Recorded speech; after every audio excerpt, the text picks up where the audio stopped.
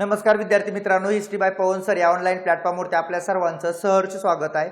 आपण बघतोय येणारी कंबाईन मुख्य परीक्षा ज्याची मास्टर क्लास सिरीज आणि या मास्टर क्लास सिरीज मध्ये आपण आतापर्यंत 2 लेक्चर बघितले। तर हे आजचं आपलं तिसरं लेक्चर। या लेक्चरच्या माध्यमातून आपण पूर्ण क्वेश्चन आणि त्या क्वेश्चनचं विश्लेषण आणि त्यातला एरिया कव्हर करण्याचा प्रयत्न करूया। पाठीमागच्या 2 लेक्चरला दिलेला तुम्ही प्रतिसाद याबद्दल परत एकदा सगळ्यांचा आभार। आणि आपण आजचं लेक्चर चालू करूया। आजचा आपला हा तिसरा पार्ट असणार आहे, ज्या पार्ट मध्ये पाठीमागच्या क्वेश्चनला अनुसरून काही क्वेश्चन घेतलेत की ज्याच्यामुळे तिथला एरिया कव्हर होण्याचा जास्त तिथं आपण प्रयत्न करणार आहे। आणि तो एरिया कव्हर केल्यानंतर समजा जर तिथे प्रश्न आला तर आपल्याला ते प्रश्न पण पुढच्या काळामध्ये कंटेंटवर ते सोडवता यावे, लक्षात ठेवा। तर कोणत्या आयोगाच्या अहवालात खालील गोष्टी नमूद करण्यात आल्या होत्या? हा प्रश्न तुम्हाला ज्या टॉपिक वर दिलाय तो टॉपिक आहे एज्युकेशन, आणि एज्युकेशन वर पाठीमागे मेन्सला प्रश्न आलेले आहेत, लक्षात ठेवा। त्यामुळे हा प्रश्न त्या टॉपिक मध्ये जातो। तर शाळा व महाविद्यालयांना शासकीय अनुदान देण्यात येईल ही पहिली तरतूद कुठल्या अहवालात होती? सरकारी निर्बंध उठवले जातील, जे काही निर्बंध सरकारने टाकले ते कमी केले जातील। प्राथमिक शिक्षणाची जबाबदारी ही नगर परिषद आणि जिल्हा बोर्ड याच्यावर देण्यात येईल। तर अशा सगळ्या तरतुदी कुठल्या आयोगामध्ये होत्या? हंटर कमिशन, वुडचा अहवाल, सॅडलर अहवाल, थॉमस रायले कमिशन। तर काय उत्तर येऊ शकते याचं? हे सगळ्या तरतुदी कुठल्या अहवालामध्ये होत्या? टॉपिक आहे शिक्षण। या शिक्षण टॉपिक मध्ये हा प्रश्न जातो आणि शिक्षण टॉपिक मध्ये मग आपल्याला कंबाईन मेन्सला करून जायचं आहे काय? तर शिक्षणासाठी इंग्रजांनी नेमलेल्या वेगवेगळ्या समित्या कोणत्या होत्या आणि शिक्षणासाठी नेमलेले वेगवेगळे आयोग कोणते होते आणि त्या आयोगाच्या सगळ्यात असणाऱ्या महत्त्वाच्या मग शिफारशी ज्याच्यावर परीक्षेला क्वेश्चन येऊ शकतो, लक्षात ठेवा। सोबत हे करत असताना महाराष्ट्रामध्ये कोणत्या लोकांनी एज्युकेशनच्या डेव्हलपमेंटसाठी प्रयत्न केले हे सुद्धा जरूर करा, कारण ज्याच्यावर आयोगाचा प्रश्न असण्याची शक्यता आहे आणि पाठीमागे प्रश्न विचारलेत पण। तर हे सगळ्या तरतुदी कुठल्या कमिशन मध्ये होत्या? हंटर कमिशन, वुडचा अहवाल, सॅडलर अहवाल, थॉमस रायले अहवाल। काय उत्तर आहे? त्याचं उत्तर तुम्हाला सापडलं असेल, हंटर कमिशन हे त्याचं उत्तर आहे। हंटर कमिशन मध्ये या सगळ्या तरतुदी होत्या। सगळ्यात महत्त्वाचं पहिलं काय लक्षात ठेवायचं? हंटर कमिशनची स्थापना कधी झाली? 1882 ला। हंटर कमिशनचं नाव जरी हंटर असलं तरी त्याला एका वेगळ्या नावानं ओळखलं जातं। तर हंटर कमिशनचं दुसरं नाव काय? त्याला म्हणतात भारतीय शिक्षण आयोग, लक्षात ठेवा। भारतीय शिक्षण आयोग असं त्याचं दुसरं नाव आहे आणि त्याचे अध्यक्ष होते हंटर, त्यांचं नाव W हंटर। मग परीक्षेला एक प्रश्न कायम येत राहिलाय किंवा येऊन गेलेला प्रश्न आहे, कोणता? हंटर कमिशन समोर कोणत्या लोकांनी साक्ष दिले? लक्षात ठेवा, हंटर कमिशन समोर साक्ष देणारे 6 लोक आणि 6 लोकांनी हंटर कमिशनला साक्ष दिली।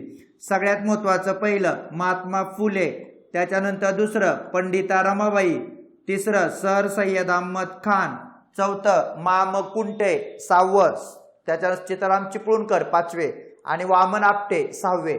तर अशा 6 लोकांनी हंटर कमिशनला काय दिल्या होत्या? साक्ष। आणि साक्ष देताना हंटर कमिशननं भारतातल्या शिक्षण संस्थांचं सर्वेक्षण केलं होतं। शाळा वगैरे काय तपासणी केली होती शाळांची। तर ही तपासणी करत असताना ते न्यू इंग्लिश स्कूल बद्दल असं म्हणले होते की याच्या तोडीची शाळा दुसरी नाही। तर न्यू इंग्लिश स्कूलची स्थापना झाली होती 1880 ला आणि न्यू इंग्लिश स्कूलच्या स्थापनेमध्ये 3 लोकांचा सहभाग आहे। तर त्याच्यामध्ये सगळ्यात महत्त्वाचं गोपाळ गणेश आगरकर, लोकमान्य टिळक आणि विष्णू शास्त्री चिपळूणकर या सगळ्या लोकांनी ती शाळा स्थापन करायला काय केली होती? मदत केली होती। त्या ठिकाणी स्थापना केली आणि हे हंटर कमिशन त्या शाळेबद्दल असं म्हणलं होतं, लक्षात ठेवा। मग नंतर हंटर कमिशनला पत्र लिहून शिक्षणाचं सार्वत्रिकीकरण करा असं कोण म्हणलं? हा प्रश्न येऊ शकतो, अजून कधी प्रश्न आला नाही हा, पण हे नीट लक्षात ठेवा। त्या व्यक्तीनं साक्ष नव्हती दिली, पत्र लिहून आपलं मत सांगितलेलं आणि त्या व्यक्तीचं नाव होतं दादाबाई नौरोजी, ज्यांनी सांगितलं होतं की शिक्षणाचं काय करा? सार्वत्रिकरण करा। आपल्या भारतामध्ये पहिलं संस्थान कोणतं आहे ज्यांनी सक्तीचं शिक्षण केलं? बडोदा। कोल्हापूर सक्तीचं प्लस मोफत होतं, पण तिथं प्रश्न एक जाऊ शकतो, कुठं? की असा पहिला व्यक्ती कोण आहे भारतातला की ज्यानं सांगितलं होतं भारतामध्ये आल्यानंतर, तो युरोपियनच आहे, मिशनरी आहे तो, की भारतामध्ये सक्तीच्या शिक्षणाची योजना लागू करा। तर तो व्यक्ती 1818 ला होता, त्याचं नाव होतं विल्सन, लक्षात ठेवा। तर सगळ्यात महत्वाचं 1818 मध्ये त्यानं संकल्पना मांडलेली आणि तो म्हणला होता सक्तीचं शिक्षणाला सुरुवात करा. जसं तो पहिला व्यक्ती आहे का तसं शिक्षणाचं सार्वत्रिकीकरण करा असं म्हणणारे पहिले व्यक्ती ज्यांनी हंटर कमिशनला पत्र लिहून मत मांडलं तर ते व्यक्ती दादाभाई नौरोजी. लक्षात ठेवा, परीक्षेला प्रश्न बनू शकतो, अजून कधी प्रश्न आलेला नाही. आणि पुढे हंटर कमिशननं ज्या शिफारशी केल्या का त्यातल्या शिफारशी कोणत्या हे सगळं करत असताना हंटर कमिशन नेमलं कशासाठी तर त्याची लिंक इथे लागते तुम्हाला कुठं की चार्ल्स वूडनं जो अहवाल दिला होता का त्या चार्ल्स वूडनं दिलेल्या अहवालामध्ये सगळ्यात महत्वाचं काय त्यांनी सांगितलेला जो शिक्षणाचा प्रसार आहे किंवा शिक्षणाची योजना आहे हे कुठपर्यंत पोहोचली याचा अभ्यास कोणाला करायचा होता डब्ल्यू हंटरला करायचा होता. लक्षात ठेवा, म्हणजे चार्ल्स वूडनं शिक्षणाचा प्रयोग कुठपर्यंत आलाय हे डब्ल्यू हंटरला बघायचं होतं. पण हे बघत असताना त्यांचं कार्यक्षेत्र होतं प्रायमरी एज्युकेशन आणि माध्यमिक एज्युकेशन. याचा अर्थ त्यांचं कार्यक्षेत्र काय नव्हतं तर त्यांचं कार्यक्षेत्र नव्हतं उच्च शिक्षण. लक्षात ठेवा, म्हणजे विचार करायचा आहे प्रायमरी आणि माध्यमिक बद्दल. आणि हा विचार करताना त्यांनी शिफारशी देताना असं सांगितलं की प्रायमरी एज्युकेशन लोकल लँग्वेज मध्ये द्या, कारण लोकल भाषा स्थानिक भाषा हे शिक्षणाचं माध्यम असलं पाहिजे जिथं प्राथमिक एज्युकेशन त्याच्यामधून दिलं जावं. त्याच्यानंतर हंटर कमिशननं काय सांगितलं जिल्हा स्तरावरचं जर शिक्षण द्यायचं असेल तर इंग्रजी भाषेचा काय करा वापर करा. त्यामुळे जिल्हा स्तरावरचं शिक्षण इंग्रजी माध्यमातून आणि लोकल लँग्वेज मधलं प्राथमिक शिक्षण. लक्षात ठेवा, त्याच्यानंतर जिल्ह्यातल्या जेवढ्या सरकारच्या शाळा आहेत का तर याचं सगळं नियंत्रण कोणाकडे असावं तर नगर परिषद आणि जिल्हा बोर्ड याच्याकडे द्या. म्हणजे जसं की आज आपण आपल्या जिल्हा परिषदेच्या शाळा हा झेडपीचा सीओ हा बघतो. लक्षात ठेवा, त्याचं नियंत्रण असतं त्याच्यावर. तर सगळ्यात महत्वाचं तसं सरकारच्या शाळेचं नियंत्रण त्या जिल्हा बोर्डाचं असावं आणि त्यांनी जिल्ह्यामध्ये शिक्षणाचा विस्तार किती होतोय या गोष्टीचा काय करावा अभ्यास करावा किंवा लक्ष ठेवावं. त्याच्यानंतर कुठल्याही सरकारच्या शाळेमधून धर्माचं शिक्षण देऊ नका, धार्मिक शिक्षण द्यायला बंदी कोणी घातली असं रिपोर्ट शिफारस विचारतील तर त्या हंटर कमिशनचा काय होता अहवाल होता. प्रत्येक प्रांतामध्ये एकतरी आदर्श माध्यमिक शाळा स्थापन करा असं सुद्धा कोण म्हणलं होतं हंटर कमिशन म्हणलं होतं. लक्षात ठेवा, तर या सगळ्या हंटर कमिशननं दिलेल्या साक्ष आपल्याला सांगता येतील ज्याच्या माध्यमातून हंटर कमिशनचा हा अहवाल महत्वाचा आहे. प्रश्न विचारतील. आणि स्थापना झाली 1882 ला. वूडचा अहवाल कधीचा होता 1854 ला वूड्स कमिशन होता.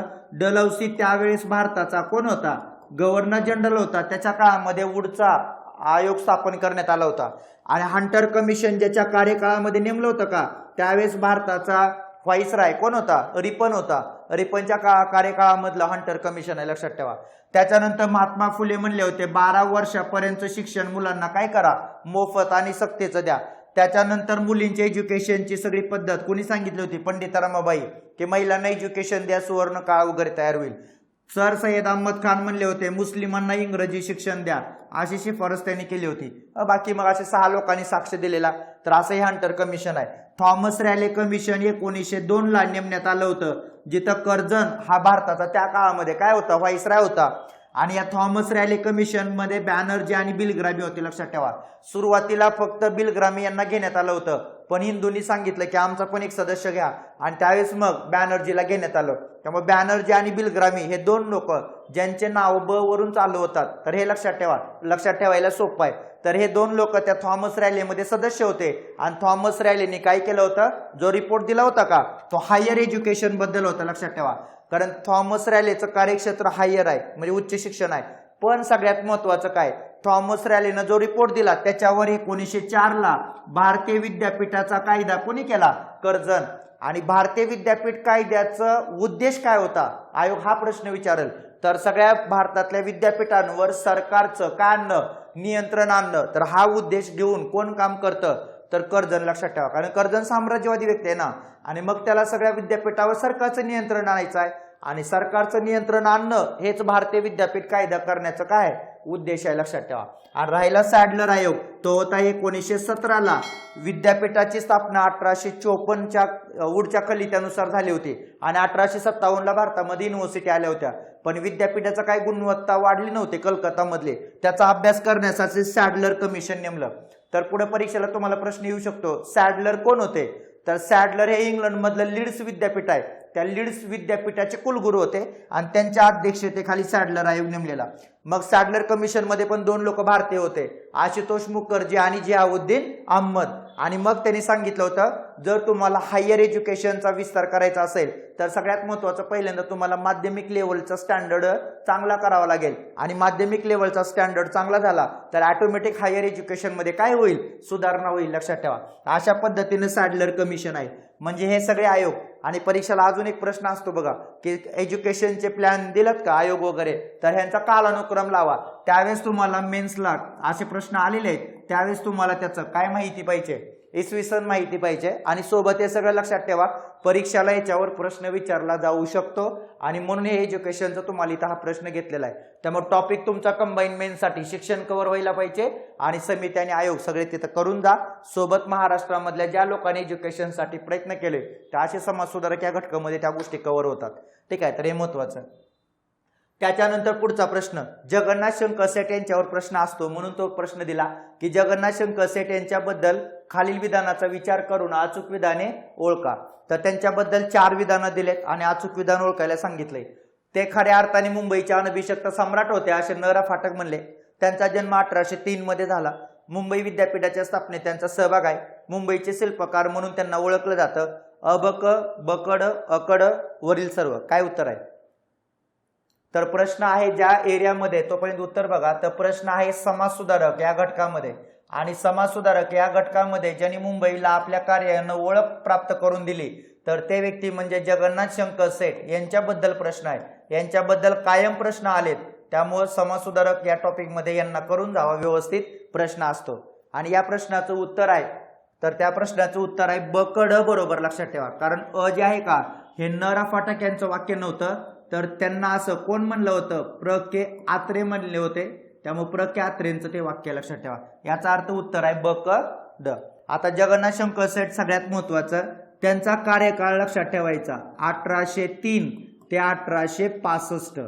ठीक आहे. सगळ्यात महत्वाचं काय तर मुंबईमध्ये मुरबाड या ठिकाणी त्यांचा मुंबईमध्ये त्यांचं गाव जे होतं का तो जन्मगाव मुरबाड लक्षात ठेवा. पण सगळं विस्तार पुढे मुंबईमध्ये झाला. मुरबाड हे त्यांचं गाव आहे की जिथे त्यांचा जन्म झाला होता 1803 ला. त्याच्यानंतर वय वर्ष त्यांचं ज्यावेळेस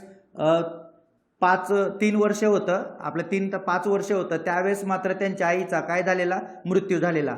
त्याच्यानंतर त्यांचं वय 18 वर्ष असताना वडिलांचा मृत्यू झाला होता आणि वडिलांचा व्यवसाय होता जवाहिरांचा.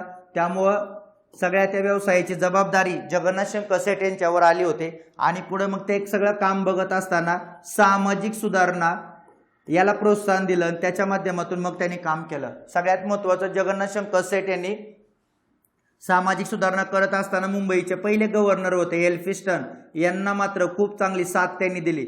आणि एल्फिस्टनच्या कार्याचा प्रसार आणि प्रचार किंवा ती ओळख राहावी म्हणून त्यांनी एल्फिस्टनच्या नावानं एल्फिस्टन स्कूल नंतर महाविद्यालय सुरू केलं.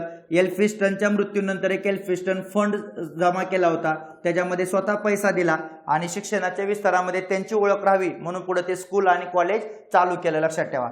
तर सगळ्यात महत्वाचं जगन्नाथ शंकर सेठ यांचं काम.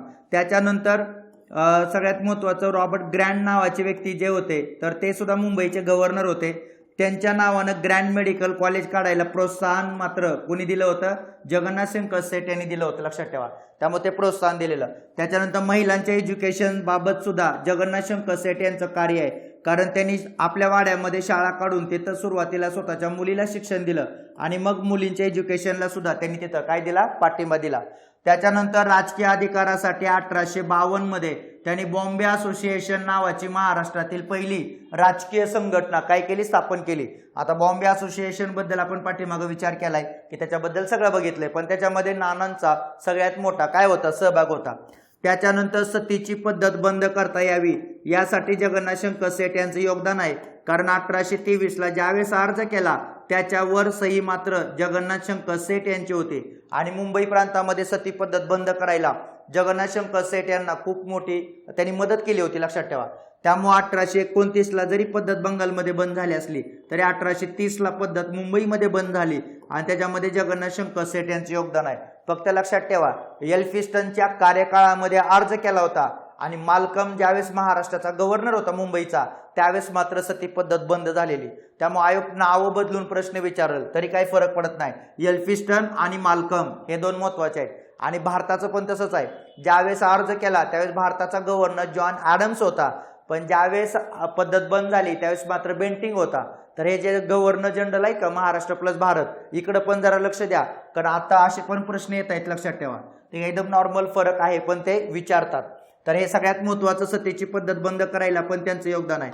त्याच्यानंतर परवाना कर कायदा इंग्रजांनी लागू केला होता, त्याला सुद्धा जगन्नाथ शंकर सेठ भाऊदाजी लाड यांनी काय केलेला, विरोध केलेला. त्याच्यानंतर हिंदी लोकांचा प्रशासनामध्ये सहभाग वाढवा यासाठी सुद्धा त्यांनी पुढाकार घेतला होता आणि त्या पुढाकारातून मग पुढे 1861च्या कायद्यानं मुंबई प्रांताच्या विधिमंडळावर त्यांना घेण्यात आलं, लक्षात ठेवा. त्याच्यानंतर सगळ्यात महत्त्वाचं 1857ला जे मुंबई विद्यापीठ स्थापन झालं होतं त्याच्या स्थापनेमध्ये सुद्धा जगन्नाथ शंकर सेठ यांचा मोठा वाटा होता.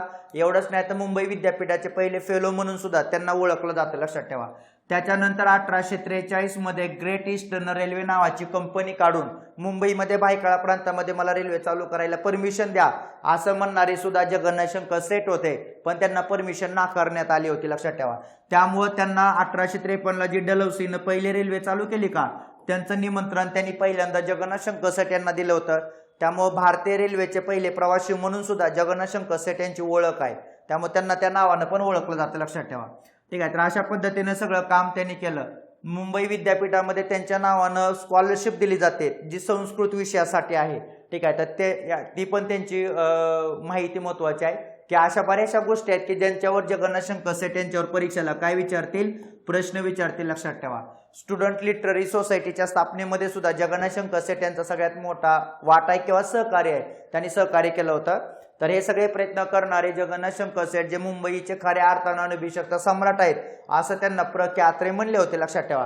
पण ज्यावेळेस कालावधीचा विचार केला जातो 1885 ते 1915 या काळामध्ये मुंबईचे अनभिषिक्त सम्राट म्हणून फिरोजशाह मेहता यांचं नाव वापरलं जातं, कारण त्या काळामध्ये काँग्रेसचे असणारे महत्वाचे नेते म्हणून फिरोजशाह मेहताला तो शब्द वापरला गेला. पण कालावधी लक्षात ठेवा 1885 ते 1915 आणि यांचा कालावधी होता 1803 ते 1865. तर अशा पद्धतीने हे सगळं काम आहे जगन्नाथ शंकर सेठ यांचं, लक्षात ठेवा. तेव्हा मुंबई विद्यापीठाच्या स्थापनेमध्ये सुद्धा सहभाग होता. मुंबईचे शिल्पकार म्हणून ओळखलं जातं, कारण आंतरराष्ट्रीय स्तरावर मुंबईचं नाव ज्यांच्यामुळे घेतलं गेलंय किंवा ज्यांनी मुंबईला वेगळी ओळख प्राप्त करून दिली त्या व्यक्ती म्हणजे जगन्नाथ शंकर सेठ होते, लक्षात ठेवा. ठीक आहे. त्यामुळे अशा पद्धतीने ही त्यांच्याबद्दलची माहिती महाराष्ट्रातील समाजसुधारक या टॉपिकमध्ये आपल्याला त्यांचं योगदान महत्वाचं वाटतं. त्यामुळे त्यांच्यावर परीक्षेला प्रश्न येतात आणि प्रश्न येताना असाच येतो, त्यांचं वर्णनाव आणि खाली वाक्य बरोबर विधान ओळखा किंवा विधानं देऊन व्यक्ती ओळखायला लावतात, असे पण सोपे प्रश्न असतात. त्याच्यानंतर सत्यशोधक समाजाबद्दल खालील विधानाचा विचार करा. सत्यशोधक समाज आणि त्याच्याबद्दलचे 4 वाक्य आहेत, कारण का प्रश्न येण्याची शक्यता आहे, कारण सत्यशोधक समाजाला 150 वर्षांचा इतिहास प्राप्त झालाय. 150 वर्ष त्याला या वर्षी सत्यशोधक समाजाला काय झाले, पूर्ण झाले. पहिलं, पुनर्जन्म, कर्मकांड, जप या गोष्टी अज्ञानमूलक आहेत असं या समाजाचं तत्व होतं. या समाजाने शनिवारी साप्ताहिक सभा घेऊन जनजागृती केली. जलसे, कीर्तन, पोवाडे, प्रवचन अशा माध्यमातून अनिष्ट रूढी प्रथा परंपरावर टीका केली. कृष्णराव भालेकर यांनी दीनबंधूच्या माध्यमातून प्रसार आणि प्रचार केला आणि 1911 नंतर शाहू महाराजांनी पुनर्जीवन केलं. असे जवळपास 4-5 वाक्य दिलेत आणि बरोबर विधान ओळखा. तर कुठले विधानं योग्य आहेत आणि प्रश्न जातो कुठं, सामाजिक धार्मिक सुधारणा चळवळ आणि सामाजिक धार्मिक सुधारणा चळवळीला फोकस केलंय कुठं, सत्यशोधक समाज, कारण 150 वर्षाचा इतिहास आहे.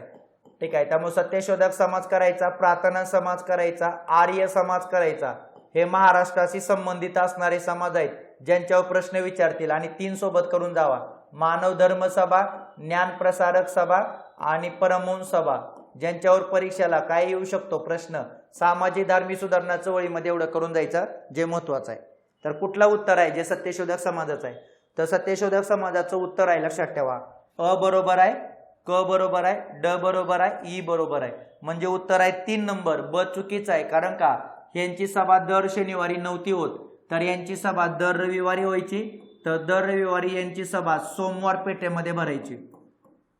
तर सोमवार पेठेमध्ये यांची सभा दर रविवारी होत असे आणि ते घर होतं डॉक्टर गावडे यांचं, लक्षात ठेवा. त्यामुळे डॉक्टर गावडे यांच्या घरामध्ये ती सभा भरायची. सत्यशोधक समाजाचं आजपर्यंत काय विचारून झाले स्थापना, तर 24 सप्टेंबर 1873 स्थापना. सत्यशोधक समाजाचे संस्थापक महात्मा फुले, प्रश्न विचारून झालेला आहे. सत्यशोधक समाजाचा 2रा वार्षिक समारंभ भरला, त्या समारंभाचे अध्यक्ष कोण होते, डॉक्टर विश्राम घोले हे नाव लक्षात ठेवा. तर विश्राम घोले सत्यशोधक समाजाच्या समारंभाचे काय होते, अध्यक्ष होते. त्याच्यानंतर सत्यशोधक समाजाचं कार्यवाहक प्रश्न विचारून झालेला आहे नारायण गोविंदराव कडलक. सत्यशोधक समाजाचा जीव व्यक्ती प्रश्न विचारून झालेला आहे इलैया सालोमन. सत्यशोधक समाजाचे सदस्यत्व सर्व जाती जमातीसाठी खुलं होतं, प्रश्न आलेला आहे. सत्यशोधक समाजाला 10 रुपये इमारत भाड्यानं देणारे कोण होते, प्रश्न यायचा बाकी आहे, लक्षात ठेवा. तर सत्यशोधक समाजाला 10 रुपये इमारत भाड्यानं देणारे कोण होते, तर त्यांचं नाव धावरेकर, लक्षात ठेवा. तर धावरेकर नावाचे व्यक्ती होते, ते त्यांनी ती 10 रुपये इमारत भाड्यानं, रामचंद्र धावरेकर, तर त्यांनी 10 रुपये भाड्याने इमारत दिली होती. सत्यशोधक समाजाच्या झेंड्याची मिरवणूक काढणारे कोण होते, तर कृष्णराव भालेकर. सत्यशोधक समाजाचं मुखपत्र कोणतं होतं, दीनबंधू. जे पुण्यातून कोण चालवायचं, कृष्णराव भालेकर. पण मुंबईमधून हे पत्र कोणी चालवलं, आताच सब रजिस्टरला प्रश्न होता, नामलोखंडे, लक्षात ठेवा. तर नामलोखंडेंनी मुंबईमधून चालवलं. आणि दीनबंधूच्या पहिल्या महिला संपादक तानुबाई बिर्जे. ठीक आहे, प्रश्न विचारून झालेला आहे. त्याच्यानंतर सत्यशोधक समाजाचं ब्रीद वाक्य काय होतं, सर्व साक्ष जगतपती त्याला नकोच मध्यस्थी. ईश्वराची सेवा करायला कुठल्या मध्यस्थाची गरज नाही, तर आपण सर्व ईश्वराचे काय होतं, लेकरे आहोत. ईश्वराला त्यांनी कुठला शब्द वापरला, निर्मिक. निर्मिक शब्द त्यांनी कुठल्या पुस्तकात वापरला, तर त्या पुस्तकाचं नाव सार्वजनिक सत्यधर्म, लक्षात ठेवा. ठीक आहे. त्याच्यानंतर सत्यशोधक समाजाची उद्दिष्ट काय, तर बहुजन वर्गांची धार्मिक या गुलामगिरीमधून सगळी काय करणं, मुक्तता करणं, त्यासाठी सत्यशोधक समाजानं काम केलं. सत्यशोधक म्हणजे सत्य शोधण्याचा प्रयत्न करणारा समाज, म्हणून त्याचं नाव सत्यशोधक असं ठेवण्यात आलं, लक्षात ठेवा. त्यामुळे सत्यशोधक समाज. त्याच्यानंतर परिवर्तनीय वर्गीय कृतिशील ही 3 प्रकारची ही सत्यशोधक काय होती, चळवळ होती, ज्याच्यामध्ये एका वर्गाच्या विरोधात समाजामध्ये परिवर्तन घडवून आणणं आणि कृतीयुक्त परिवर्तन असेल ते, तर याच्यासाठी त्या संघटनेनं समाजानं काय केलं, काम केलं, लक्षात ठेवा. त्याच्यानंतर पुनर्जन्म, कर्मकांड आणि जपजाप या गोष्टी त्यांनी काय सांगितल्या, आज्ञानमूलक सांगितल्या. त्यामुळे आज्ञानमूलक या 3 गोष्टी आहेत असं त्यांचं म्हणणं होतं समाजाचं. त्यामुळं धर्मग्रंथ हे श्रेष्ठ असू शकत नाहीत, पण त्याला निर्माण करणारा श्रेष्ठ आहे, म्हणजे कोण, मानव. तर ह्या मानवाला त्यांनी जास्त महत्व दिलं. त्यामुळे वेद हे अपौरुषीय नाहीत असं महात्मा फुले म्हणलेत, लक्षात ठेवा. त्यामुळे त्यांचे ते वाक्य सुद्धा परीक्षेचा काय प्रश्न आहे. जलसे, कीर्तने, पोवाडे, प्रवचन याच्या माध्यमातून सामाजिक रूढीवर प्रहार केला. तर जलसे सगळ्यात महत्वाचं, लक्षात ठेवा. तर सातारा हा बालेकिल्ला म्हणून ओळखला जातो, जिथं जलसेच्या माध्यमातून खूप मोठं काम तिथं केलं, लक्षात ठेवा. तर रामचंद्र घाटगे नावाचे व्यक्ती होते, जे प्रसिद्ध जलसाकार होते. तर त्यांनी जलसेच्या माध्यमातून सातारामध्ये सत्यशोधक समाजाचा काय केला, प्रसार आणि प्रचार. त्यामुळे कोल्हापूर आणि सातारा हे महत्वाचे भाग राहिले, जिथं सत्यशोधक समाजाचा प्रसार आणि प्रचार राहिला. दीनबंधू नावाचं न्यूजपेपर जे 1877ला होतं. दीनबंधू सोबत अजून एक लक्षात ठेवा, अंबालरी याच्या माध्यमातून सुद्धा सत्यशोधक समाजाचा विचार कृष्णराव भालेकर यांनी तिथं मांडलेला आहे. त्यामुळे कृष्णराव भालेकर हे असे व्यक्ती राहिले की महात्मा फुलेंना सत्यशोधक समाजाची स्थापना त्यांनी मुंबईला करायला लावली, लक्षात ठेवा. आणि सत्यशोधक समाज असा समाज आहे की नामलोखंडेंनी ते काम केलं मुंबईमध्ये. ज्यावेळेस बर्वे प्रकरण घडलं, त्या बर्वे प्रकरणामध्ये लोकमान्य टिळक आणि आगरकरांना 101 दिवसाची कारावासाची शिक्षा भोगायला तिथं ठेवण्यात आलं होतं. ज्यावेळेस ते शिक्षा त्यांची सुटली तेव्हा सगळी झाली, आणि त्यावेळेस सुटका झाल्यानंतर मुंबईमध्ये सत्यशोधक समाजानं त्या 2 लोकांची मिरवणूक काढली होती, लक्षात ठेवा. तर सगळ्यात महत्वाचं हे पण महत्वाचं योगदान. आणि 1911 नंतर सत्यशोधक समाजानं कोल्हापूरमध्ये शाहू महाराजांनी पुनर्जीवन केलं.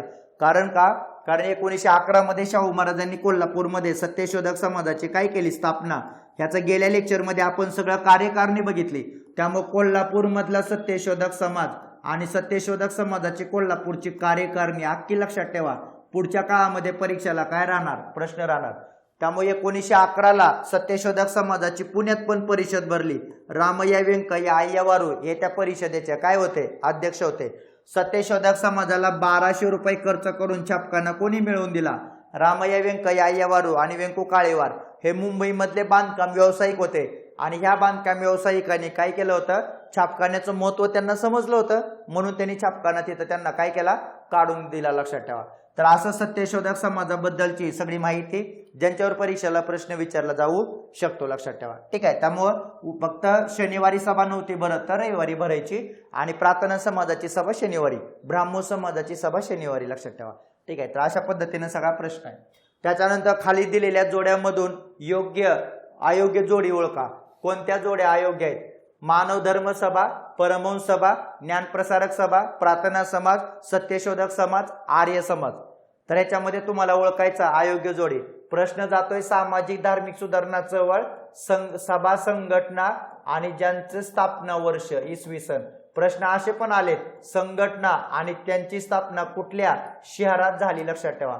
असे पण प्रश्न आलेत. प्रश्न विचारला होता मुंबईमध्ये स्थापन झालेल्या सभा ओळखा, संघटना ओळखा, समाज ओळखा, असे पण प्रश्न आलेत. प्रश्न असे पण आले संघटना आणि त्याच्या अध्यक्ष संस्थापक कोण होते या अर्थानं. त्यामुळं असे प्रश्न विचारलेत, लक्षात ठेवा. तर पुढच्या काळामध्ये पण असे क्वेश्चन येऊ शकतात. आता तुम्ही लक्षात ठेवताना अभ्यास करताना काय लक्षात ठेवायचं? उद्दिष्ट, प्रत्येकाचं उद्दिष्ट काय होतं आणि प्रत्येकाची कार्यकारणी काय होते, हे दोन मुद्दे विशेष फोकस करा, कारण तिथं पण परीक्षेला प्रश्न येताना दिसत आहेत. 2022-23 ला हा ट्रेंड आलाय. उद्दिष्ट सांगा. ज्यावेळेस तुम्ही एखादा समाज करता, संघटना करता, त्याचं उद्दिष्ट बघून जावा. एवढंच नाही तर त्याची कार्यकारिणीमध्ये विशेष महत्व आहे. कोणाला? की ज्याच्यामध्ये कोणत्या सदस्यांचा काय होता, सहभाग होता, असे प्रश्न येतात. त्यामुळं अयोग्य जोडी ओळखा. आता बघा, मानव धर्म सभा 1845 आहे का? तर मानव धर्म सभा 1844 आहे. कधी कधी बोलताना फास्ट मध्ये, पाठीमागच्या लेक्चरमध्ये बहुतेक 48 काय ते सांगितलं होतं. बोलताना कधी कधी फास्ट होऊ शकते, लक्षात ठेवा. एखादं मिस्टेक होऊ शकते, त्यामुळे तेवढा आता ऍडजस्ट करून घ्या. म्हणजे बोलताना ते सांगितलं होतं 44 ऐवजी फक्त 48 झालं, कारण बोलण्याच्या ओघामध्ये नाही का की सगळ्याच मग कधी कधी एखादा शब्द वेगळा पण जातो. ठीक आहे. तर 1845 नाही तर ते 1844 ला, लक्षात ठेवा. त्याच्यानंतर परमहंस सभा 1860 ला नष्ट झाली होती, पण स्थापना मात्र 1849 ची आहे परमहंस सभा. ज्ञानप्रसारक सभा 1849 नाही तर ती होती 1848 ला. प्रार्थना समाज 67 आहे. ठीक आहे. प्रार्थना समाज 67 ला स्थापन झाला होता. सत्यशोधक समाज 1873 ला, आर्य समाज 1875 ला. आता अयोग्य ओळखायला सांगितलंय म्हणजे उत्तर 3 येणार, अ ब क. आता अ ब क कुठं इथं तर 1 नंबर मध्ये अ ब क हे त्याचं उत्तर आहे. म्हणजे 3 समाज येणार, लक्षात ठेवा. ज्याची स्थापना वेगळं साल दिलंय पण वेगळ्या साली त्याची स्थापना आहे.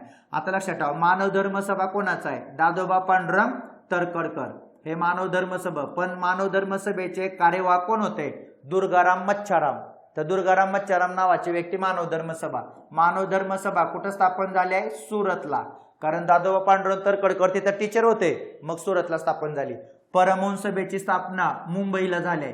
परमहंस सभेचे अध्यक्ष दादोबा नव्हते, लक्षात ठेवा. परमहंस सभेचे अध्यक्ष कोण राहिले होते? तर त्यांचं नाव होतं सर बाळकृष्ण जयकर. हे परमहंस सभेचे अध्यक्ष आहेत. ठीक आहे. त्याच्यानंतर ज्ञानप्रसारक सभा. ज्ञानप्रसारक सभा दादोबा पांडुरंग तरखडकरांनी स्थापन केली आहे, पण विकसित करणारे मात्र भाऊदाजी लाड आहेत, लक्षात ठेवा. आणि सचिव मामा परमानंद आहेत. ज्ञानप्रसारक सभा गोविंद मडगावकर, रानडे, विश्वनाथ मंडलिक हे लोक ज्ञानप्रसारक सभेचे काय आहेत? सदस्य आहेत. प्रार्थना समाजाचे अध्यक्ष पहिले आत्माराम पांडुरंग तरखडकर आहेत. सत्यशोधक समाजाचे संस्थापक महात्मा फुले आहेत. आर्य समाजाचे संस्थापक स्वामी दयानंद सरस्वती आहेत. ठीक आहे. तर अशा पद्धतीने समाज आणि या सगळ्या संघटना, त्यांचे अध्यक्ष, संस्थापक, उद्दिष्ट, कार्यवाहक हे लक्षात ठेवा, ज्यांच्यावर परीक्षेला प्रश्न बनू शकतो. त्याच्यानंतर पुढे तुम्हाला 4 विधानं दिलेत. तर विष्णुबुवा ब्रह्मचारी यांनी वर्तमान दीपिका या वर्तमानपत्राद्वारे वैदिक धर्मावरील टीकेला काय केलं? उत्तर दिलं. महात्मा फुले यांनी बालहत्या प्रतिबंधक गृहाची स्थापना स्वतःच्या घरी केली. बाबा पद्मनजीन यांनी अरुणोदय नावाचं आत्मचरित्र लिहिलं. ब्राह्मण कन्या विवाह विचार, हिंदुस्थानचा इतिहास हे वेगवेगळे कॉम आहे, लक्षात ठेवा. त्याच्यानंतर इंग्रजी मराठी कोश हे विष्णुशास्त्री पंडितांनी तयार केलं. आणि बरोबर विधान ओळखा. अबक बरोबर बकड, अकड, अबकड. तर अशा पद्धतीने तुम्हाला 4 विधानं वेगवेगळ्या कार्यक्षेत्रातले दिलेत.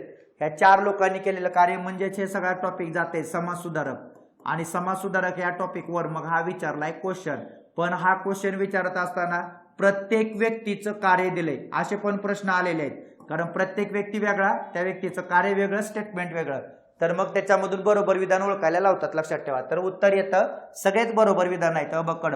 कारण विष्णुबुवा ब्रह्मचारी ज्यांनी ख्रिश्चन धर्म प्रसाराला विरोध केला आणि स्वतःच्या हिंदू धर्माला महत्त्व दिलं, त्यांनी वर्तमान दीपिका या वर्तमानपत्राच्या माध्यमातून वैदिक धर्मावरील टीकेला त्यांनी उत्तर दिलं होतं, लक्षात ठेवा. समुद्रकिनारीचा वादविवाद हे त्यांचं गाजलेलं पुस्तक, ज्याच्यामध्ये ख्रिश्चन धर्म प्रसारकाला त्यांच्या प्रश्नाचे उत्तर त्यांनी दिलेत, लक्षात ठेवा. त्याच्यानंतर महात्मा फुलेंनी बालहत्या प्रतिबंध गृह स्वतःच्या घरात स्थापन केलं आणि त्याच्यामध्ये काशीबाई यांचा जो मुलगा होता तर त्याला दत्तक घेतला, त्यांचं नाव यशवंत, लक्षात ठेवा.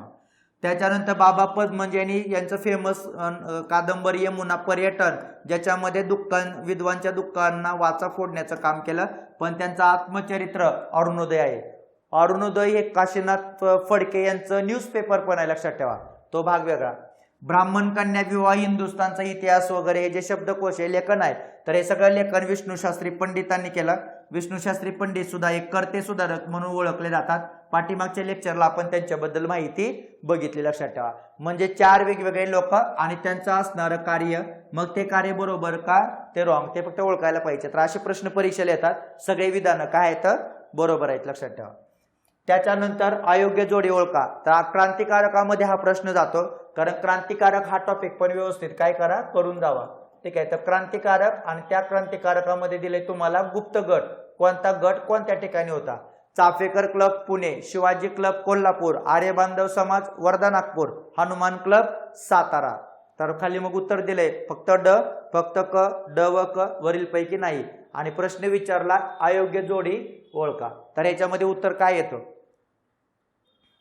क्रांतिकारकामध्ये गुप्त गट, तर प्रश्न याचं वरील पैकी नाही उत्तर, लक्षात ठेवा. म्हणजे का यातली एक पण जोडी अयोग्य नाही, सगळ्या जोड्या काय येतं बरोबर आहेत.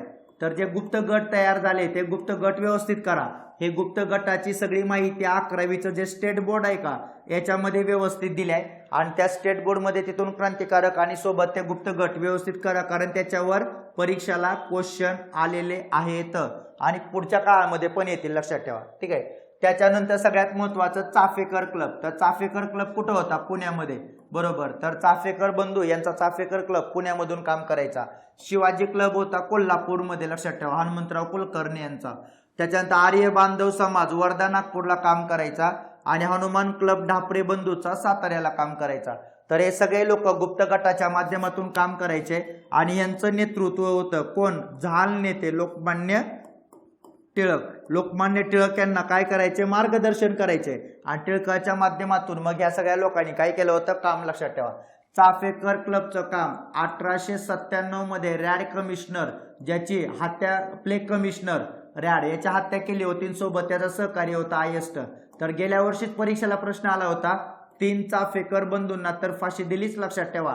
पण 4थं नाव महत्वाचं आहे, ज्यांचं नाव होतं महादेव रानडे, यांना काय देण्यात आली होती, फाशी देण्यात आली होती. 3 चाफेकर बंधू यांच्यासोबत अजून एका व्यक्तीला फाशी दिली, त्यांचं नाव काय, महादेव रानडे. आणि खंडू साठे हे सुद्धा चाफेकर क्लबचे सदस्य होते, पण त्यांना 10 वर्ष सक्त मजुरीची शिक्षा देऊन सोडून देण्यात आलं होतं, ठीक आहे. त्यामुळे 3 चाफेकर बंधू सोबत फाशी जाणारे महादेव रानडे. शोधगंगा हे आत्मचरित्र कोणत्या चाफेकरांचं आहे, तर शोधगंगा हे आत्मचरित्र दामोदर चाफेकरांचं आहे. मी आणि माझे भाऊ कशा पद्धतीनं क्रांतिकारी श्लोक म्हणायचो याचं वर्णन त्यांनी त्याच्यामध्ये केले, लक्षात ठेवा. तर अशा पद्धतीने चाफेकर क्लब बद्दल ही माहिती. नंतर चाफेकर क्लबवर छापा टाकून काय झालं होतं, त्यांना पुढं त्यांना फाशी पण दिली होती, तो क्लब बंद झालेला. पण या सगळ्या घटनेचा प्रभाव होता स्वातंत्र्यवीर विनायक दामोदर सावरकर यांच्यावर, आणि मग सावरकरांनी त्यांच्यापासून प्रेरणा घेऊन पुढे आपलं क्रांतिकार्य चालू केलं, लक्षात ठेवा. शिवाजी क्लब महत्वाचा आहे. छत्रपती शाहू महाराज दर महिन्याला वनिता वस्त्र भांडार मधून 500 रुपयाचं कापड खरेदी करायचे आणि हे कापड शिवाजी क्लबला, ते पैसे जे आहेत का ते शिवाजी क्लबकडे जायचे. तर कोल्हापूरमध्ये अशा पद्धतीने शिवाजी क्लब काम करायचा. हनुमंतराव कुलकर्णी, केडी कुलकर्णी वगैरे हे जे लोक आहेत का, तर ते लोक तिथले महत्वाचे आहेत, लक्षात ठेवा. त्याच्यानंतर आर्य बांधव समाज होता वर्धा नागपूर या भागामध्ये तो काम करायचा. आणि हनुमान क्लब होता ढापरे बंधूंचा, ज्यांनी सातारामधून आपलं गुप्त गटाच्या माध्यमातून क्रांतिकार्य चालू केलं होतं. ह्या सगळ्यांना मार्गदर्शन करण्याचं काम कोण करायचं, तर लोकमान्य टिळक, लक्षात ठेवा. असे बरेचसे तुम्हाला क्लब दिसतील ज्यांच्यावर परीक्षेला प्रश्न विचारला जाऊ शकतो की हे क्रांतिकारकामध्ये महाराष्ट्राशी संबंधित असणाऱ्या गोष्टी आहेत आणि परीक्षेला प्रश्न असतो, लक्षात ठेवा. त्याच्यानंतर खालील हिंदुस्तान रिपब्लिकन असोसिएशनचे संस्थापक कोण होते? तर हिंदुस्तान रिपब्लिकन असोसिएशन ही क्रांतिकार्य करणारी संघटना, त्याच्यावरती इथं तुम्हाला दिले. तर सगळ्यात महत्वाचं चंद्रशेखर आझाद, सचिंद्र सन्याल, भगतसिंग आणि रामप्रसाद बिस्मिल. तर अबकड, अक, बड आणि अबड. तर काय उत्तर येऊ शकतं? तर प्रश्न विचारलाय क्रांतिकार्य, पण प्रश्न भारताच्या अँगलने विचारलाय. ठीक आहे, लक्षात ठेवा.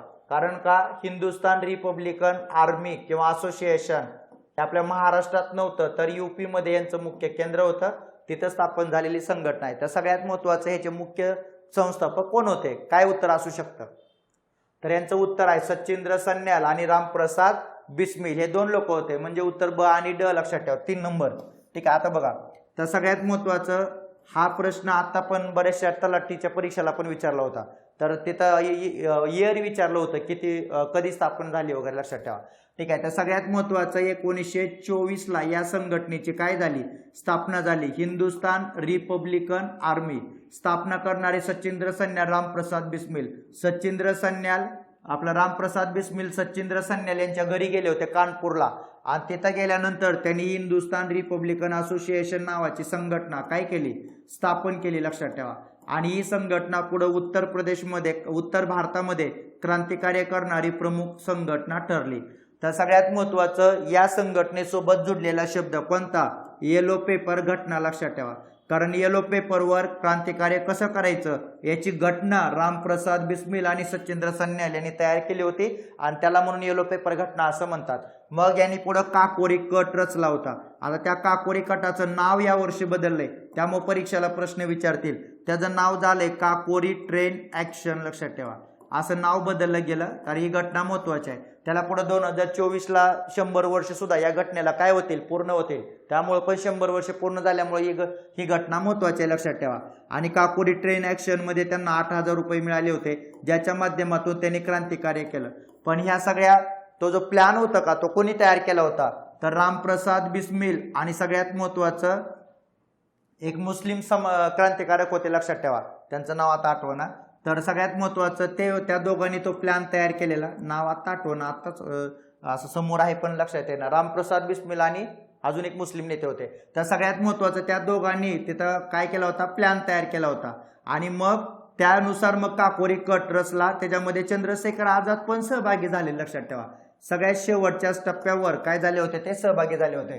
ठीक आहे. पण सगळ्यात महत्वाचे हे सगळं असताना मग हे सगळे लोक पकडले गेले पुढं, पण चंद्रशेखर आझाद मात्र निसटले आणि दिल्लीमध्ये गेले. आणि दिल्लीमध्ये फिरोजशाह कोटला मैदानावर जाऊन कोणाला भेटले होते? भगतसिंगांना. त्यामुळे भगतसिंगांनी भेट नंतर झाली होती त्यांच्या 28 मध्ये. आणि ज्यावेळेस हे दोघं भेटले का, त्यावेळेस मात्र ह्या संघटनेचं स्ट्रक्चर बदललं आणि हिंदुस्तान सोशलिस्ट रिपब्लिकन आर्मी असं त्याचं पुढं काय झालं? नाव झालं. 1928ला भगतसिंगाच्या सूचनेवरून ही संघटना पुढं काम करू लागली, लक्षात ठेवा. तर म्हणजे भगतसिंग आणि चंद्रशेखर आझाद आहेत का, हे नंतर आले. ठीक आहे, लक्षात ठेवा. पण हे दोन लोक सचिंद्र सन्याल, रामप्रसाद बिस्मिल हे दोन लोक होते, ज्या दोन लोकांनी इथं काय केलं? महत्वाचं काम केलं. त्यामुळे ब आणि ड हे त्याचं सगळ्यात महत्वाचं काय उत्तर आहे. आणि यांचं येलो पेपर घटना हे महत्वाचं आहे, लक्षात ठेवा. तर येलो पेपर घटना ओळखलं जातं त्या यांना. त्याच्यानंतर अचूक विधाने ओळखा. तर अचूक विधाने ओळखामध्ये पुढे तुम्हाला दिलेत 4 ऑप्शन. तर 4 तिथं वाक्य दिलेत. भारतात रयतवारी पद्धत एल्फिन्स्टननं प्रिंगेलच्या माध्यमातून सुरू केली. रयतवारी पद्धतीनं थेट शेतकऱ्याकडून सरकारनं सारा वसूल केला. रयतवारी पद्धत पंजाब आग्रावरच्या भागात विस्तारित होती आणि रयतवारी पद्धत बंगाल प्रांतामध्ये लागू करण्यात आली. आणि खाली मग तुम्हाला बरोबर विधान ओळखायचे आहेत. अ व ब बरोबर, अकड बरोबर, बड बरोबर आणि ब बरोबर. आणि हा प्रश्न जातोय कुठं? जमीन महसूल सुधारणा. आणि या पण जमीन महसूल सुधारणामध्ये फोकस आहे महाराष्ट्र. कारण महाराष्ट्रामध्ये कुठली पद्धत होती? रयतवारी. त्यामुळे ही पद्धत व्यवस्थित करून जायचं, ज्याच्यावर परीक्षेला क्वेश्चन विचारला जाऊ शकतो, लक्षात ठेवा. तर भारतात रयतवारी पद्धत एल्फिन्स्टनने प्रिंगलच्या माध्यमातून चालू केली का भारतात त्यानं? त्यामुळं हे उत्तर हे स्टेटमेंट बरोबर नाही, लक्षात ठेवा. किंवा खाली तुम्ही बघा कुठलं उत्तर येऊ शकतं. तर याच्यामध्ये तुम्हाला उत्तर माहित असेल तर ब बरोबर आहे, फक्त ब विधान बरोबर आहे, अ चुकीचं आहे. रयतवारी पद्धत पंजाब आग्रा अवधमध्ये होती का? नव्हती. तर रयतवारी पद्धत कुठं होती मग? तर रयतवारी पद्धत पहिल्यांदा बंगालमध्ये लागू केली नाही, लक्षात ठेवा. तर रयतवारी पद्धत पहिल्यांदा मद्रासमध्ये लागू केली. म्हणजे लक्षात विचार करायचा रयतवारी पद्धतीबद्दल. तर रयतवारी पद्धतीची सुरुवात झाली 1820ला रयतवारी पद्धतीचा जनक म्हणतात थॉमस मनरोला. रयतवारी पद्धत खालीलपैकी कुठल्या प्रदेशामध्ये होती? तर फक्त 4च प्रदेश येतात. पहिलं मद्रासमध्ये लागू केली पहिल्यांदा, नंतर आसाममध्ये लागू केली लक्षात ठेवा, त्याच्यानंतर मुंबईमध्ये लागू केली आणि त्याच्यानंतर मद्रासमधला एक जिल्हा होता त्याचं नाव होतं बारामल, तिथं लागू केली. ठीक आहे. तर अशा पद्धतीने 4 प्रदेश सांगता येतील. एकूण क्षेत्राच्या 51% प्रदेशामध्ये पद्धत होती. पहिल्यांदा ही पद्धत थॉमस मनरोने आणली कुठं? मद्रासमध्ये. आणि त्याच्या माध्यमातून मद्रासचा जो बारामल जिल्हा आहे का तिथं अलेक्झांडर रीडनं ती पद्धत काय केली? लागू केली. कारण तो त्या जिल्ह्याचा कोण होता? कलेक्टर होता लक्षात ठेवा. आणि नंतर मुंबईमध्ये ती पद्धत कोणी लागू केली? एल्फिस्टननं. ज्यावेळेस मुंबईमध्ये एल्फिस्टन काय होता? गव्हर्नर होता लक्षात ठेवा. त्याच्यानंतर 1/3 50% 66% हे रयतवारी पद्धतीचे शेतसाऱ्याचे काय होते? दर होते लक्षात ठेवा. महाराष्ट्रामध्ये वारंवार रयतवारी पद्धतीला प्रोत्साहन देण्यात आलंय. ही गोष्ट विसरून चालणार नाही. कारण का 1835ला 3 लोकांचं कमिशन होतं, विनगेट, डेव्हिडसन आणि गोल्डस्मिथ लक्षात ठेवा. तर या 3 लोकांनी महाराष्ट्रामध्ये किती वर्षासाठी पद्धत सांगितली होती? 30 वर्ष. आणि त्यांनी माडा आणि मोहोळमध्ये जमिनीचं सर्वेक्षण केलं होतं. त्यामुळे 30 वर्ष पुढे महाराष्ट्रामध्ये रयतवारी राहील लक्षात ठेवा. ठीक आहे. आता पण सब रजिस्ट्रारला प्रश्न होता, तर हार्डिंग जे त्याचं उत्तर आहे कारण 1844 ते 48 मध्ये तो भारताचा काय होता? गव्हर्नर जनरल होता. आयोगानं गव्हर्नर जनरल विचारले लक्षात ठेवा. तर 1835ला, नंतर 1865ला परत सर्वेक्षण केलं, 1867ला सर्वेक्षण केलं. त्यावेळेस महाराष्ट्रामध्ये रयतवारी पद्धतीने शेतकऱ्याची अवस्था खूप खराब झाली होती. आणि याचाच परिणाम काय? 1875ला महाराष्ट्रामध्ये दक्कनचे काय झाले? दंगे झाले लक्षात ठेवा. दक्कनच्या दंग्याचा स्पेशल 15 मिनिटाचं एक स्पेशल लेक्चरच बनवणार युट्यूबला, की आजपर्यंत दक्कनच्या दंग्यावर खूप वेळा प्रश्न आलाय, पण पहिल्यापासून शेवटपर्यंत त्याचा सगळा सार लक्षात ठेवा. लवकरच 1-2 दिवसात बनवू आपण हे. तर सगळ्यात महत्वाचं ही रयतवारी पद्धत होती. त्यामुळे रयतवारी पद्धत जी लागू केली का पहिल्यांदा भारतात ती मनरोने केली लक्षात ठेवा. त्याच्यानंतर रीडनं बारामल जिल्ह्यापुरता त्यानं विचार केला आणि हा जो होता का एल्फिस्टननं त्यानं पुढे महाराष्ट्रामध्ये लागू केली कारण तत्कालीन मद्रासच्या भागामध्ये ती पद्धत लागू होती. आणि थॉमस मनरो कोण होता? मद्रासचा तिथला प्रांताचा गव्हर्नर होता लक्षात ठेवा. त्यामुळे त्याने त्या प्रांतामध्ये पहिल्यांदा पद्धत आणली म्हणून त्याला त्या पद्धतीचा काय म्हणतात? जनक म्हणतात लक्षात ठेवा. तर अशा पद्धतीने ही रयतवारी पद्धतीचं सगळं फॅक्च्युअल आहे. आणि रयतवारी पद्धतीमध्ये शेतकरी आणि सरकार यांचा प्रत्यक्ष काय होता? संबंध होता. त्यामुळे रयतवारी पद्धतीनं थेट शेतकऱ्याकडून सरकारला सारा दिला लक्षात ठेवा. त्यामुळे इथं 2 गोल होते, कारण हा इथं होतं सरकार आणि इकडे होता शेतकरी लक्षात ठेवा. त्यामुळे सरकारनं शेतकऱ्यावर शेतसारा लावायचा, शेतकऱ्यांनी सरकारला शेतसारा द्यायचा. याचा अर्थ तिथं कोण मध्यस्थ होतं का? नाही. सरळ सरळ शेतकऱ्यांनी सरकारला सारा द्यायचा अशी पद्धत होती. तर ती पद्धत होती इथं लक्षात ठेवा. त्यामुळे पंजाब, आग्रा, अवधमध्ये जी पद्धत होती का त्याला तुम्ही महालवारी पद्धत म्हणू शकता, जी पंजाब, आग्रा, अवधमध्ये होती. पण मद्रास, आसाम, मुंबईमध्ये कुठली पद्धत होती? रयतवारी. आणि पहिल्यांदी पद्धत बंगालमध्ये नाही, तर पहिल्यांदी पद्धत कुठं लागू झाली होती? मद्रासमध्ये लक्षात ठेवा. तर अशा पद्धतीनं महाराष्ट्र फोकस केलाय, पण तिथं जमीन महसूल पद्धत मग कोणती आहे? रयतवारी. आणि आता सब रजिस्ट्रारला काय प्रश्न आला होता? सगळ्या जमीन महसूल पद्धतीचा कालानुक्रम लावा. त्यामुळे कालानुक्रम लावा म्हणल्यानंतर पहिल्यांदा काय? बोली पद्धत, नंतर काय? कायमदारा पद्धत, नंतर काय? रयतवारी पद्धत, आणि त्याच्यानंतर काय? तर त्याच्यानंतर मग महालवारी पद्धत लक्षात ठेवा. हा कालानुक्रम. 2 प्रश्न जमीन महसूलवर होते आता सब रजिस्ट्रारला. त्यामुळं सगळ्यात महत्वाचं काय की टॉपिक करून जावा, व्यवस्थित प्रश्न येऊ शकतो लक्षात ठेवा. ठीक आहे. आताच प्रश्न आला. त्याच्यानंतर खाली दिलेल्या विधानामधून बरोबर विधान ओळखा. त्याच्यानंतर बरोबर विधान ओळखा. त्यातलं पहिलं 1918 मध्ये मुंबईमध्ये आयोजित केलेल्या अस्पृश्यता निवारक परिषदेचे अध्यक्ष महर्षी विठ्ठलरामजी शिंदे होते. अस्पृश्यांना मानवी हक्क मिळावे यासाठी किसन फागोजी बनसोडे यांनी सन्मार्गबोधक निराश्रित समाज आणि चोखामेळा मुलींची शाळा चालू केली. अखिल भारतीय हरिजन संघाची स्थापना डॉक्टर बाबासाहेबांनी केली. आणि 1942 मध्ये नागपूरमध्ये आयोजित केलेल्या पहिल्या अखिल भारतीय दलित महिला परिषदेच्या अध्यक्षा सुलोचनाबाई डोंगरे होत्या लक्षात ठेवा. तर काय यातलं बरोबर आहे? आणि विचारले बरोबर विधान ओळखा. अ ब ब क अ क ब ड. तर याचं उत्तर आहे लक्षात ठेवा ब आणि ड बरोबर, अ आणि क चुकीचं आहे. कारण का? क मध्ये काय? अखिल भारतीय हरिजन संघ आहे का? हा 1932ला महात्मा गांधीजींनी स्थापन केलाय. ज्यावेळेस महात्मा गांधीजी येरवडामध्ये शिक्षा जेलमध्ये होते लक्षात ठेवा. आणि त्यावेळेस महात्मा गांधीजींनी त्या हरिजन संघाची, अखिल भारतीय हरिजन संघाची काय केली? स्थापना केली. आणि 1918 मध्ये जे मुंबईमध्ये आयोजित केलेली जी अस्पृश्यता निवारक परिषद होती का त्याचे अध्यक्ष सयाजीराव गायकवाड होते. पण ही ज्यांच्या प्रेरणेनं भरली होते का ते मात्र महर्षी विठ्ठलरामजी शिंदे होते की त्यांनी ते आयोजित केले, लक्षात ठेवा. पण त्याचे अध्यक्ष सयाजीराव गायकवाड होते. आज एक 15 ते 20 मिनिटाचा एक व्हिडिओ बनवू की ज्याच्यामध्ये सगळ्या अस्पृश्यांच्या काय असतील परिषद असतील, कुठली परिषद कुठं झाली, ज्याच्या माध्यमातून परीक्षेला प्रश्न येताना दिसत आहेत. तर एक त्या स्पेशल लेक्चर 1-2 दिवसामध्ये ते पण बनवून टाकेल, लक्षात ठेवा. त्यावेळेस सगळ्या परिषदा बघा. ज्यावेळेस महात्मा गांधी येरवाडामध्ये जेलमध्ये होते त्यावेळेस पुणे करार करण्यात आला होता आणि पुणे करारामध्ये महात्मा गांधीजींनी अस्पृश्यांच्या स्वतंत्र मतदारसंघाला विरोध केला होता, संयुक्त मतदारसंघाला पाठिंबा दिला आणि तो करार झाल्यानंतर तिथंच त्यांनी मग अखिल भारतीय हरिजन संघ स्थापन करून पुढचा त्यांचा उद्देश होता की मी अस्पृश्य निवारणाचं काय करेल, काम करेल. म्हणून बापूने 9 महिने दौरा काढला होता. त्या 9 महिन्याच्या दौऱ्याला हरिजन दौरा असं सुद्धा नाव होतं, लक्षात ठेवा. एवढंच नाही तर तिथं अस्पृश्यांचे प्रश्न मांडण्यासाठी हरिजन नावाचं न्यूजपेपर सुद्धा महात्मा गांधींनी काय केलं होतं, तिथं स्थापन केलं होतं. त्यामुळे ते पण त्यांचं कार्य आहे. त्याच्यानंतर 1942ला नागपूरमध्ये जी पहिली अखिल भारतीय दलित महिला परिषद भरली होती का, तर या महिला परिषदेच्या अध्यक्ष, लक्षात ठेवा, ज्यांच्यावर परीक्षेला प्रश्न विचारतील तर त्या अध्यक्ष होत्या सुलोचनाबाई डोंगरी, लक्षात ठेवा. हे महत्वाचं आहे. त्याच्यानंतर किसन फागोजी बनसोडे नावाची व्यक्ती महत्वाची आहे, ज्यांनी चोकामेळा मुलींची शाळा पहिल्यांदा काय केली, चालू केली, लक्षात ठेवा.